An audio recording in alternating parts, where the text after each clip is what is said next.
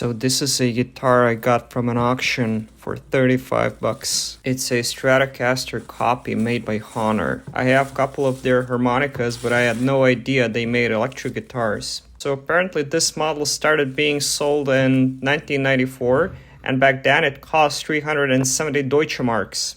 When I first got this guitar, I realized it was in a pretty rough shape. Everything that was metal on this guitar had rust on it, even the pickups. The fretboard was also pretty disgusting. So the first thing I thought I should do was disassemble the guitar completely and clean every part of it. I started by taking off the back cover and also the strings. I put all the screws and all the metal components in this jar because I wanted to soak them all in vinegar.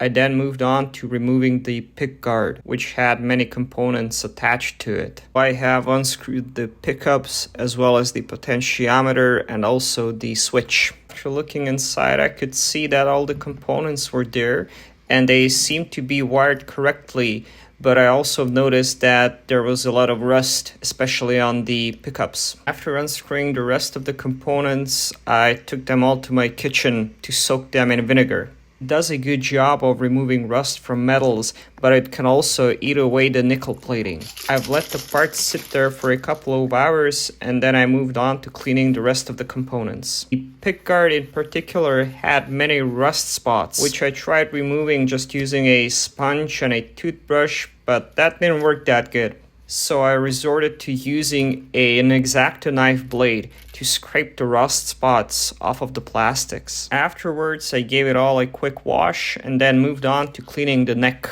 I just used some water, vinegar, and soap mix to get the majority of the gunk off of the neck, but I did use some light sandpaper to smooth out the really rough spots. Afterwards, I've covered the fretboard in this special sauce, which is usually used on hardwood flooring. Later on, I've also used some linseed oil.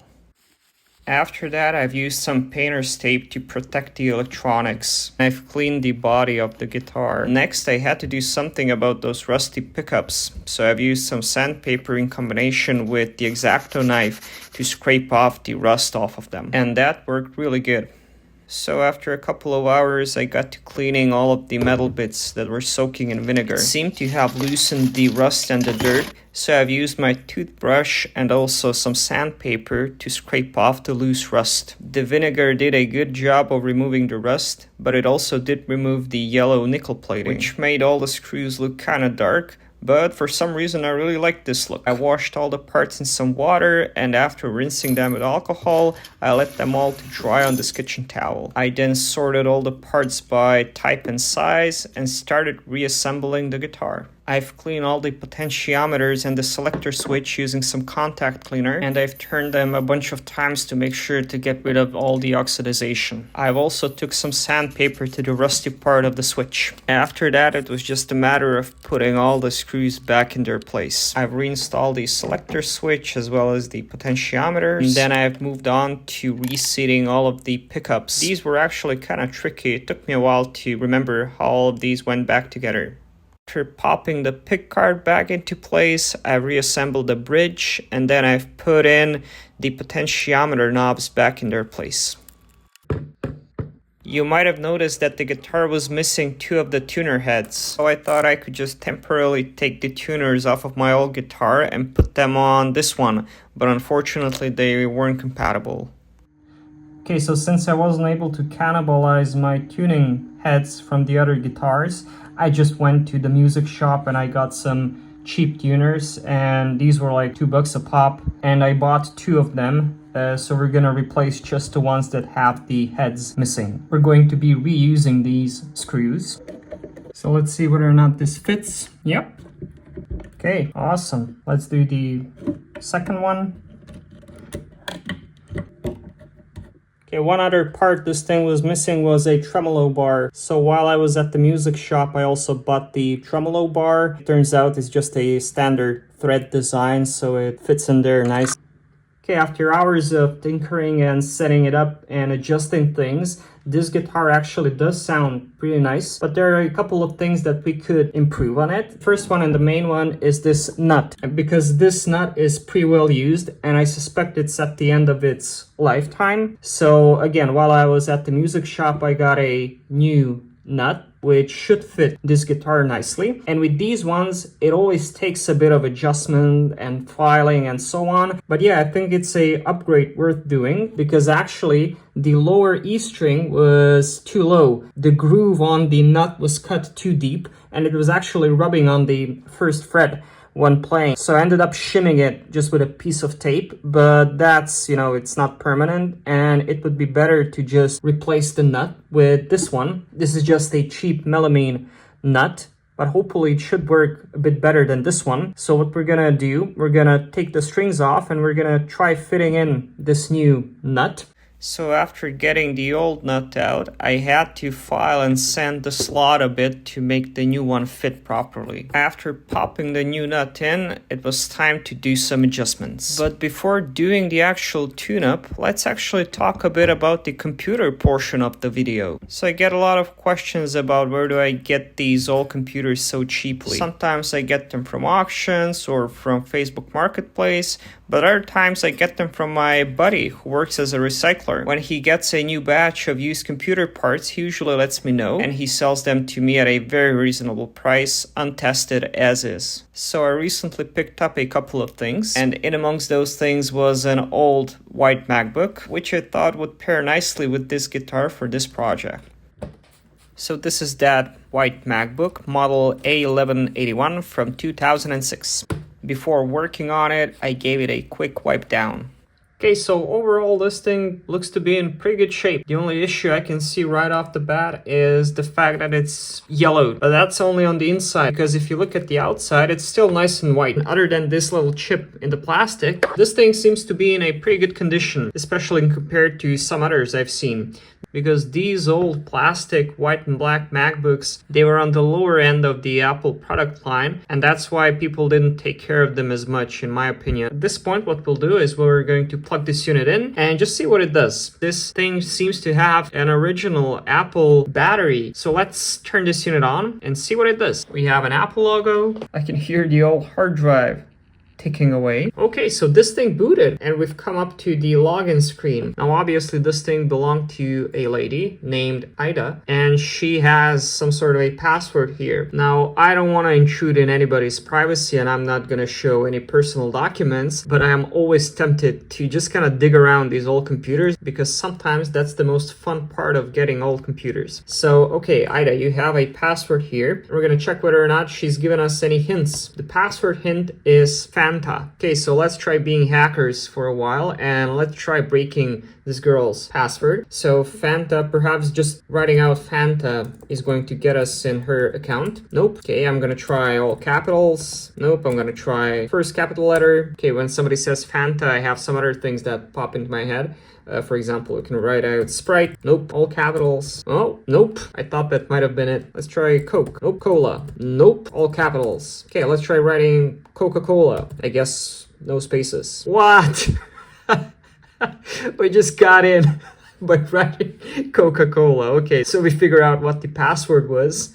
That was quite fun. Wow, I can see that the battery seems to be charging. That's awesome. Let's see what the battery status is. And we're gonna check some other things. For example, we can see that this is macOS 10.5. So this is the earlier model for Duo. Okay, it has 1 gig of RAM, DDR2. Okay, so let's check the battery. If we go to power, oh my god. So this thing is pretty much like brand new. It has 80 cycles. Good condition, awesome. So it has a good battery. Brightness control seems to be working. Sound, okay, that's awesome. Let's check this hard drive. It's a 50, so it's like a 60 gig. Is this an SSD? Let's actually go to the disk utility. I'm pretty sure this is a hard drive because I could hear it just clicking away. But just in case I'm wrong, I'm gonna check this Fujitsu. So yeah, this thing is a 60 gigabyte hard drive. So this thing seems to be stock because this is the hard drive the machine originally shipped with. So this is an 18-year-old 60 gigabyte low capacity hard drive and it hasn't died yet. So that's kind of fascinating. Usually people who kept these things for a long time, they tended to upgrade them or do something with them, but yeah, this thing seems to be stock. Okay, let's check whether or not the camera works. Oh, hi, hello. Let's test out whether or not this thing can read CDs. I have my obligatory copy of StarCraft, which I usually test. Let's see what it does. It took it, spinning up. This thing seems to be fully operational. That's awesome. I have a couple of these machines with that drive, so yeah, it's nice just to have another working unit. So the question now is, what do we do with this? I know that I'm going to get a ton of comments about installing Linux, and yeah, I could do that, but since this unit is nice and stock, I would much rather install just a Mac OS X operating system of some sort, because if I'm going to be installing Linux, I would like to max the machine out, you know, put the most amount of RAM it could take, also an SSD probably, but this thing I would just like to keep as stock as possible, and also I would like to run GarageBand on this, so yeah. So at this point I've erased the hard drive and I've installed a fresh version of Snow Leopard. Okay, so as you can see, I've installed Mac OS X Snow Leopard, and I've also installed some software which is going to allow us to make some music on this thing. We have GarageBand version 6 running on this computer, and yeah, other than this being a, you know, an outdated old version, it actually works really good, and it's quite a throwback. So a lot of times I'm asked, like, what can you do with these old computers, especially these old, less powerful MacBooks? If you don't have a Mac at home, this is actually a perfectly usable computer for GarageBand. You can use an outdated machine like this to make some music. Now, the way I'm hooking this up to my guitar is I have my iRig Pro, which is a MIDI interface, which allows you to hook up the instrument via USB. And yeah, I use this with my modern computer, but surprisingly, it's compatible with all the older versions of GarageBand I've tried. So before actually letting you hear how all that sounds, let me just briefly talk about what has been done to the guitar in order to make it sound as it should. So after cleaning and reassembling this thing, I went on to doing the laborious task of setting everything up. And since I didn't know anything about the state it was in, initially I was very afraid to test anything because I was sure that something major must be wrong with this guitar. So I plugged the thing in and tested it, and yeah, I saw that all three potentiometers seemed to be responding nicely. There was no breakup, there was no oxidization on the pots, it all just worked. Also, the switch seemed to be doing its thing on every position. I'm not sure whether or not that was because I cleaned the pots and the switch beforehand, but that certainly helped. The other thing I didn't really expect was for all three pickups to work perfectly. The thing that's gonna give you most problems with probably any guitar is the neck. That is certainly the thing that was kind of problematic or lacking on this guitar. The neck wasn't perfectly straight, which is why most guitars have a truss rod installed in them, which can help you control the relief and the tension of the neck. So when I first started playing with the truss rod, I've noticed that, like many things on this guitar, it was kind of corroded and it was very, very hard to turn. But after playing with it a bit, I was able to straighten it out. So after making sure the neck was straight, it was time to set the action. Now, like probably most players, I prefer having my action low. So that means that the strings are kind of low to the frets. And the issue with setting your action low is that you can potentially get buzzing. And while setting my action, I have noticed that the strings were much higher in the lower part of the neck as compared to the upper part, which had told me that the neck isn't necessarily perfectly parallel to the body. I have removed the neck and I have shimmed it ever so slightly down at the bottom so that it would come up just a notch, just a little bit. What that allowed me to do is to have more consistent action spacing. So after that, I've set the individual height of the strings. But one thing you have to do when you're setting the action is not just set the action down here, but you also have to be wary of the height of the strings at the nut. Even though I have replaced the nut and the newer nut had the grooves cut more correctly than the previous one. I also had to shim it a little bit on each side to get the correct spacing. So that took a bit of adjustment. And after that, yeah, I was pretty satisfied with the way the action was set. I was able to get nice clean tones out of this guitar without having the strings too high from the fretboard. At that point, the guitar was very comfortable to play without having the action being too low. And yeah, that was the majority of the setup that I did. But since I am in no way an expert on any of these things, I really wanted to get some help while setting up this guitar. And there were certain things I didn't really know how to do properly. Not that I did any of these things properly, but still, I have a good friend and a neighbor who's a professional guitar player, so he agreed to help me with the final stage of the setup, so I took the guitar to him. One thing that still needed to be done is the harmonics adjustments. So in this model you can extend these adjusters,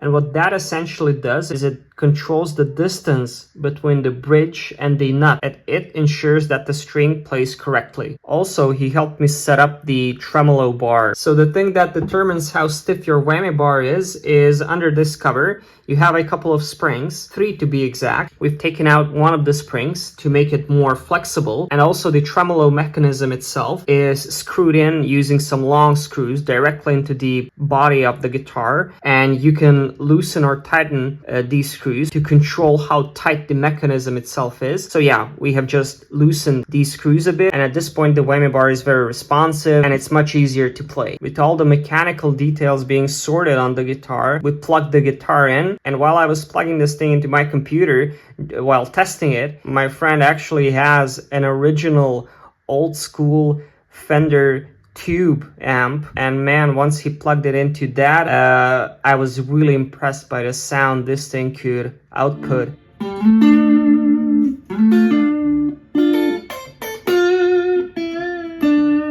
So he started fiddling with the height of the pickups themselves. So he made sure that there were appropriate amount of bass and treble coming out of these pickups, and also that each position sounded how it should. So after spending $35 on the guitar itself and a couple of hours setting it up and like $10 worth of parts, I now have an instrument which sounds lovely. I'm really impressed with the sound this thing makes, but I guess you can be the judge. I'm going to share this footage of me playing, and although the output isn't going to sound as nice as this thing being plugged into a real tube amp, hopefully you're gonna like what you hear.